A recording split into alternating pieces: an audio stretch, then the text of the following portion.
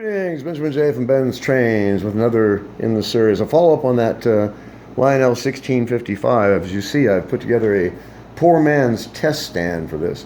Basically just a couple of baby food jars that I use for storage. This one's full of lock-ons, this one's full of screws. Anyway, just set the locomotive on it. You can test the E unit and run it without putting it on the rail. As you see, so there's neutral, reverse, neutral, forward, neutral, reverse, neutral, forward. So the E unit is repaired. Now all I did was, I still haven't pulled the motor out. I just sprayed a blast of WD-40 in it to free up the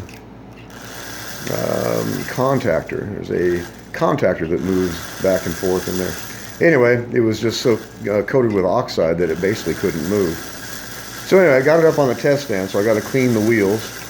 But as you see, forward, neutral, reverse, neutral, forward, neutral, reverse.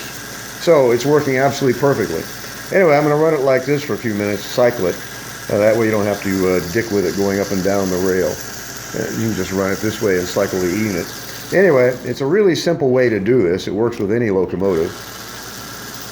I actually thought of building a wooden one, but why bother? I've got the baby food jars right here and it works perfectly.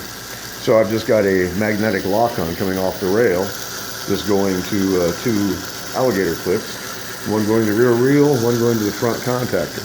As you see, forward, neutral, reverse, neutral, forward. So this is up and running, actually running really well. Like I said, I'll run it here on the stand for a couple minutes just to cycle the E unit. It really helps clean the oxide off the contactors. As you see, forward, neutral, reverse, neutral, forward. So the E unit is working splendidly. The motor's running good. Like I said, this old 1655 is slowly coming back to life.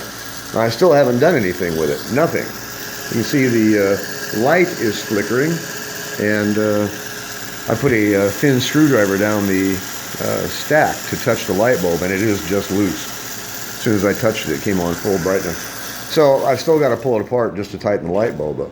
But as you see, neutral's working, reverse is working, neutral, forward, no problems with this at all. So this old locomotive is coming back to life. Now all I have to do, tighten up the light bulb, touch up the paint, zap it with a couple of drops of motor oil and a soft brush. This is going to be more than respectable looking. It's in really great condition. That being a relative term, for $15, it's in extraordinary condition. So a Lionel 1655, 1948. This locomotive is 72 years old and it's running just absolutely perfectly. Reverse, neutral, forward. As you see, no problem with this at all. So this is an excellent way to cycle that E unit without having to put this on the track, worrying about it derailing on corners or not getting a good power source as it's moving. But as you see, forward, neutral, reverse, neutral, forward. This is running just absolutely perfectly. So I'll go ahead and cycle it probably a dozen more times and I'll put it back on the rail. That should have cured the problems with the E unit. This will be up and running.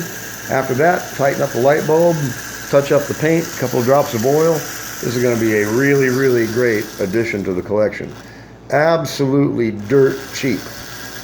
And as you see, neutral, forward, neutral, reverse. It's working just absolutely splendidly. So it's a quick video. As always, if you have any questions, feel free to drop me an email, BENZTRAINZ@gmail.com. And as always, thank you for watching.